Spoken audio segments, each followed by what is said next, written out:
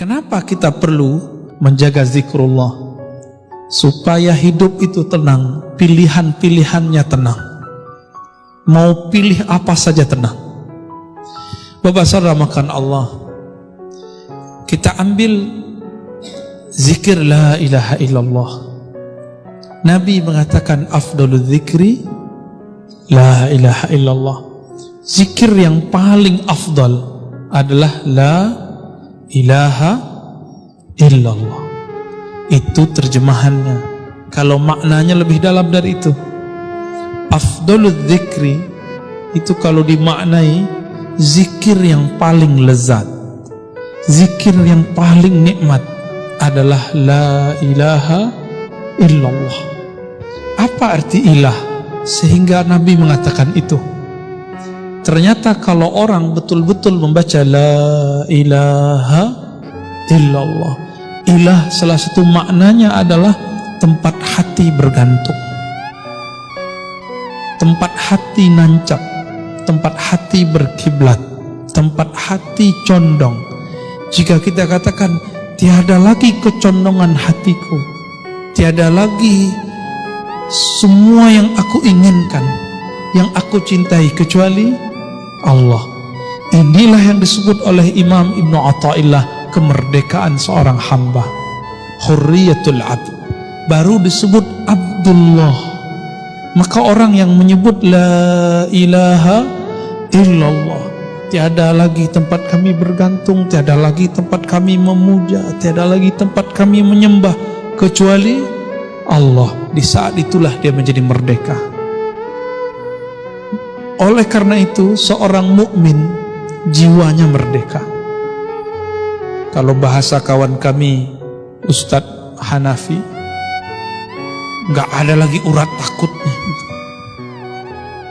gak ada lagi rasa takutnya kecuali kepada Allah. Yang punya zikir ini hanya ahli-ahli qalbu, bukan orang yang suka ceramah kayak saya ini, bukan yang suka debat, bukan yang suka menyalah-nyalahkan orang, membidah-bidahkan orang, enggak. Mereka ini lebih suka menyebut nama Allah, la ilaha illallah. Terdiri dari apa kalimat ini? Ulama-ulama ahlus sunnah mengatakan la ilaha illallah itu terdiri dari dua inti.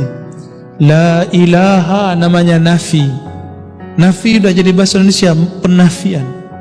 Ditiadakan apapun dalam pikiran, apapun dalam hati, illallah, kecuali Allah.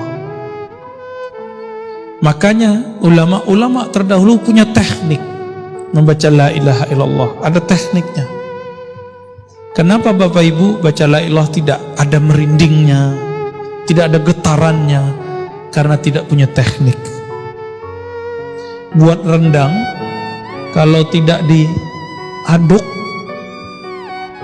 santan dan airnya pisah nggak Pak? Adukan itulah kira-kira ilustrasi baca la ilaha illallah, kalbunya harus diaduk. Mengaduk kalbu itulah, menghantam kalbu itulah yang membuat kalbu itu terasa tenang. Disitulah getaran-getaran kulit terasa, gemetar, bulu roma berdiri, ada rasa yang tidak bisa diceritakan.